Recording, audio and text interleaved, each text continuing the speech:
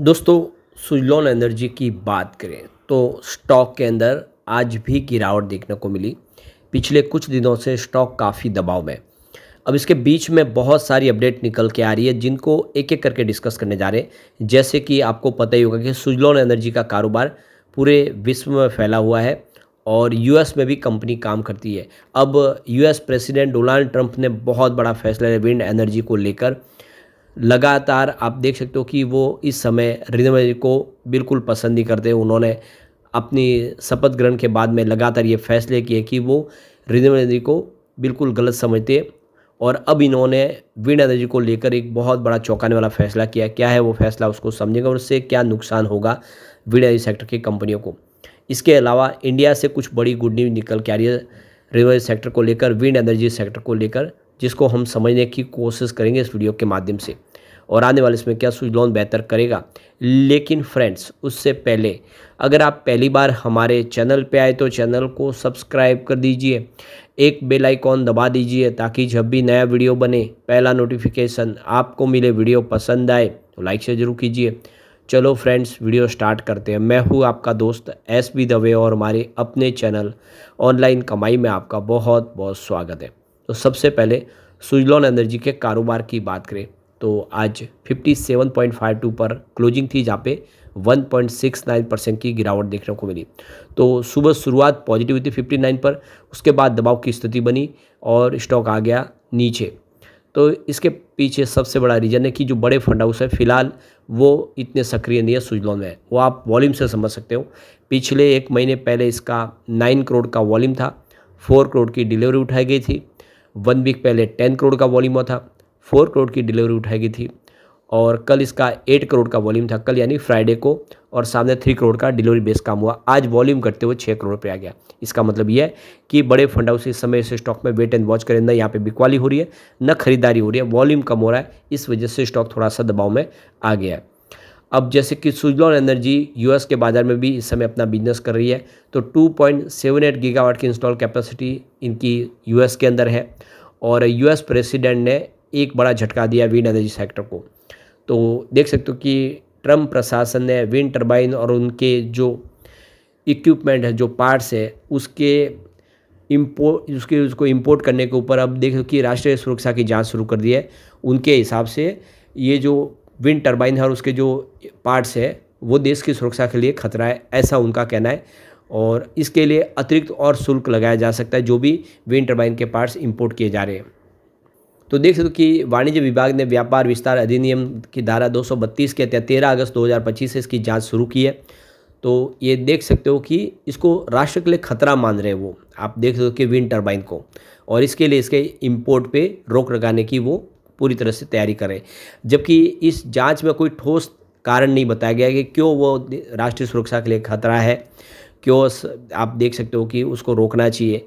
तो यहाँ पे सरकारी सब्सिडीज और दूसरी जो और फैसिलिटीज़ मिल रही है वो सारे बंद किए जाएंगे। आप देख सकते हो कि विंड टर्बाइन को आने वाले समय किस तरह से रोकना है उसके ऊपर काम किया जा रहा है यूएस के अंदर। तो यह निर्णय ऐसे टाइम में आया जब इससे पहले देखें तो स्टील और एल्यूमिनियम के ऊपर जो विंड टर्बाइन के निर्माण में काम आने वाले जो मेन जो आप देखें रॉ मटेरियल है उसके ऊपर 50% पहले से ही टैरिफ लगाने का फैसला कर दिया गया है। और अब विंड टर्बाइन के जो दूसरे इंपोर्ट होने वाले जो पार्ट्स है उसके ऊपर भी राष्ट्रीय सुरक्षा के तहत कार्रवाई करने की तैयारी है और आने वाले समय इसको और महंगा किया जा सकता है। तो जब से डोनाल्ड ट्रंप का दूसरा कार्यकाल शुरू हुआ वो लगातार रिन्यूएबल एनर्जी को पसंद नहीं करे। उनके हिसाब से रिन्यूएबल एनर्जी पैसे का एक तरह से वेस्ट है और इससे उनका कहना है कि सोलर और विंड एनर्जी के माध्यम से जो खेती की ज़मीन है वो बर्बाद हो रही है और इससे आने वाले समय बहुत सारी और प्रॉब्लम होगी। इसीलिए वो देख कि भूमि को बचाने के लिए, जल क्षेत्रों को बचाने के लिए जितने भी सोलर और विंड प्रोजेक्ट हैं उनको रोक रहे हैं। ये जो चौंकाने वाला फैसला किया गया कि जो प्रोजेक्ट इस समय कंस्ट्रक्शन के दौर में है और लगभग 80% कंस्ट्रक्शन हो चुका है उनको भी रोकने का आदेश दिया गया कि वो अपना कंस्ट्रक्शन रोक दे, यानी विंड टर्बाइन के नए प्रोजेक्ट शुरू न किए जाए यूएस के अंदर। तो एक तरह से देखें तो ये बहुत बड़ा झटका है विंड टर्बाइन की कंपनियों के लिए और ऐसे में आने वाले में दबाव की स्थिति बनेगी। और जैसे कि सुज़लॉन भी यूएस में काम करते हो तो उसको भी यहाँ पे थोड़ा सा झटका लगता हुआ दिखाई देगा। लेकिन सबसे बड़ी बात है कि इंडिया के अंदर सरकार पूरी तरह से इस सेक्टर को सपोर्ट कर रहा है और सुजलॉन ने भी अपना ध्येय बनाया कि इंडिया में वो तेज़ी से अपने कारोबार को बढ़ाएंगे।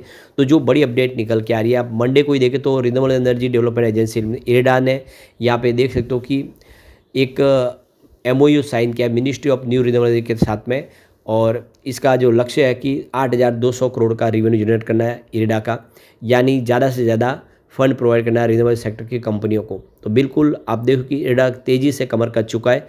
आने वाले समय में बहुत सारा निवेश इस सेक्टर को होगा। जैसे में आने वाले समय आप समझ सकते हो कि इस सेक्टर से संबंधित कंपनियों को बहुत सारा बेनिफिट हो सकता है। इसके अलावा जो बड़ी अपडेट निकल के आ रही, इस समय गवर्नमेंट जो पूरी कोशिश करी है, मल्टीपल फ्रंट के ऊपर सपोर्ट देने की कोशिश करी है डोमेस्टिक मैन्युफैक्चरिंग को रही है। रिन्यूएबल सेक्टर में जो भी इक्विपमेंट बनाने वाली जो इंडिया की कंपनी है, डोमेस्टिक जो मैन्युफैक्चरिंग करती है, मेक इन इंडिया कहते हैं, उनको हर तरह का सपोर्ट देने के लिए और डोमेस्टिक डिमांड को बढ़ाने के लिए सरकार कोशिश कर रही है। ये हमारे रिन्यूएबल सेक्रेटरी संतोष कुमार सारंगी की तरफ से बयान निकल कर आया है। तो सरकार का सपोर्ट मिल रहा है और इसी को लेकर आप देखें तो जेपी छलसानी जो CEO है सुजलॉन ग्रुप के, उनका कहना है कि विंड पावर इक्विपमेंट मैन्युफैक्चरिंग की जो गाइडलाइन जो नई सरकार ने लाई है, जिसमें डोमेस्टिक मैन्युफैक्चरिंग को सपोर्ट दिया जा रहा है, वो एक बहुत अच्छा फैसला है, जिससे आने वाले समय आप देखें तो इंडिया के अंदर तेज़ी से मेक इन इंडिया के तहत सारे के सारे विंड टरबाइन के प्रोडक्ट बनेंगे और इसको हम एक्सपोर्ट भी कर पाएंगे। हमारे लिए अब आने वाला जो समय होगा एक्सपोर्ट के लिए मार्केट खोलने वाला होगा, सरकार का सहयोग मिल रहा है। तो हमारे रिन्यूएबल सेक्रेटरी सारंगी का कहना है कि इस समय डाटा सेंटर की यहाँ पे खास डिमांड है और ग्रीन हाइड्रोजन के लिए नई टेक्नोलॉजी के इस्तेमाल से किस तरह से इसको आगे बढ़ाया जाए, जिसके ऊपर हम काम कर रहे हैं। सरकार पूरा सहयोग दे रहा है, जिससे हम कह सकते हैं कि आने वाले समय इस सेक्टर को बेनिफिट मिलेगा। तो क्लियरली देख सकते हो कि सरकार का इरादा है कि रिन्यूएबल सेक्टर को तेज़ी से आगे बढ़ाना, ताकि हमारा जो देश है 85% हम इंपोर्ट करते हैं ऑयल को, पेट्रोल डीजल सारा इंपोर्ट होता है और जिससे हमारा बहुत सारा पैसा उसी में खर्च हो जाता है, जिससे हमारे जो सबसे बड़ी देखिए जो डॉलर है वो कमज़ोर होता है इंडियन रुपीज़ के सामने। और इसीलिए सरकार ने अब रास्ते निकाले कि ज़्यादा से ज़्यादा क्लीन एनर्जी का इस्तेमाल किया जाए। ऐसे में आने वाला जो समय है वो सुजलॉन के लिए बेहतर हो सकता है। तो सरकार के फैसले काफ़ी शानदार है, जो आने वाले समय बेहतरी की तरफ बढ़ा रहे हैं। दूसरी तरफ सुजलॉन का बिजनेस भी लगातार बहुत बेहतर हो रहा है। आप देख ही सकते हो 2021 में जो कंपनी के अगर हम बात करें रेवेन्यू की, तो वो मात्र 3,345 करोड़ के आसपास था। वो 2025 में 10,889 करोड़ तक पहुंच गया। दुगुना नहीं बल्कि 3 गुना बढ़ा है रेवेन्यू। और उसी तरह से प्रॉफिट में ज़बरदस्त जंप, 2021 में मात्र 100 करोड़ का प्रॉफिट था, वो 2025 में 2,071 करोड़ तक पहुंच गया। कई गुना प्रॉफिट बढ़ा है। ये आंकड़े वाकई उत्साहवर्धक है। अब यहाँ पे हम इसके स्ट्रेंथ और वीकनेस को भी देख लेते हैं।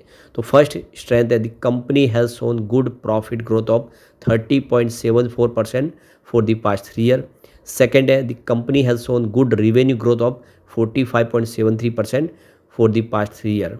Third, the company has significantly decreased its debt by 1,695.82 crore. और अगला है, अगर आप देखें, company has been maintaining healthy ROC of 37.14% over the past 3 year. और अंतिम में the company has efficient cash conversion cycle of -24.34 days. यहाँ पे कुछ लिमिटेशन भी है, जिसमें आप देख सकते हो कि यहाँ पे company has poor ROE of 1.25% over the past 3 year. Second, company has negative cash flow from operation -596.19। और तीसरा, tax rate is low at 0।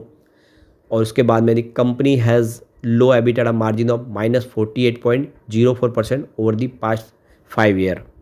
इसके अलावा देखो, company has trading at high P of 44.41।